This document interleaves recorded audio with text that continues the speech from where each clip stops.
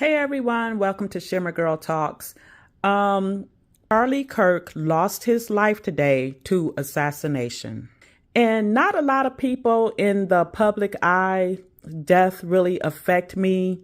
It depends on who it is, but for some reason, his affected me for a variety of reasons. Number one, the death was senseless, and the person that did this, and they have a person of interest, but they don't know, we don't know who it is yet and the motivation behind it. Charlie Kirk came across my knowledge. I don't know if that's how you want to word it. Maybe a couple of years ago, I remember seeing him here and there, but I could tell you every time I saw his content, I was in agreement with him. I think it was a few times when I wasn't, but I would say maybe 95% of the time I was in agreement with him. The reason why his death is problematic for me, besides the obvious, a young person losing their life over something senseless because somebody doesn't agree with your content. He was a Christian man, and he was a conservative man. Two things that I am. Obviously not a man, but you know what I mean. I'm a Christian and I am a conservative. And what many of us who are Christians know, there's going to come a time in history for us in America as Christians where we're going to be running for our lives and people for our Christian beliefs. And people who are not Christians, one of the things that they want to say is, ain't nobody bothered about y'all. Nobody is hounding you and this, that, and the other. They're not Christians. They don't have a dog in this, so they don't know. The fact that people want to silence men in particular who are fighting for the nuclear family. Think about Kevin Samuels.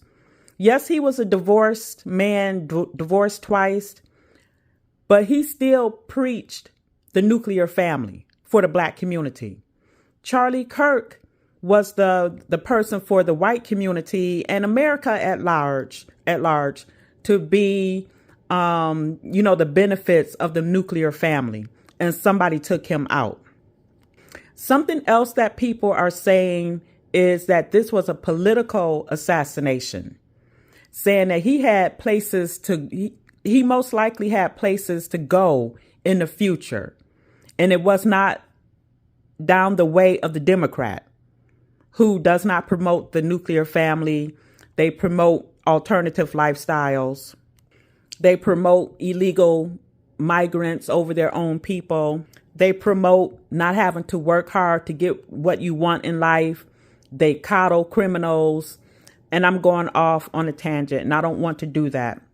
We lost a 31-year-old man today with a wife and children who preached he practiced what he preached. He believed in a nuclear family. He's got a nuclear family, and someone full of hate took him away from his family.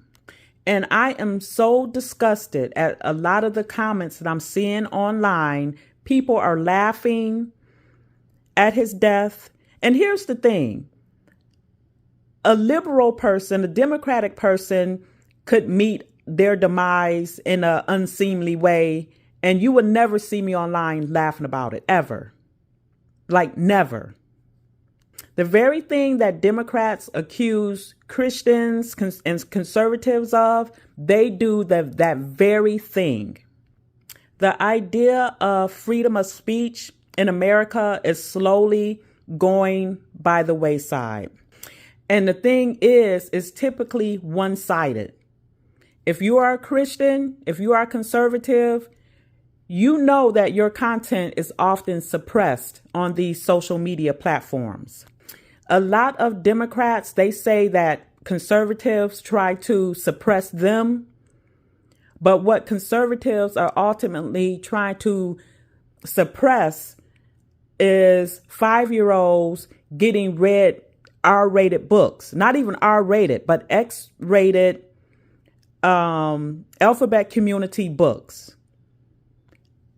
Any adult should be okay with that. But the Democrats view that as, if you're talking against it, as hate speech. For the life of me, I don't understand that. Look at how every time there is a shooting, most recently at a church, you've had them at schools, and it turns out to be somebody of the alphabet community.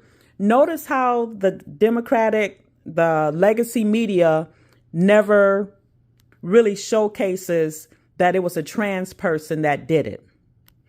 Even my pro-nuclear family, pro-get married, then have your children, even my content has me being called all kinds of names. People want to come at you. If they could harm you physically, they would. And I do not understand. I do understand. Satan and his demons love darkness, and they love keeping people in darkness. And when you have the light of the truth, you get attacked. And that is who Charlie Kirk was. I used to, like I said, I would watch his content, and he would keep it lighthearted.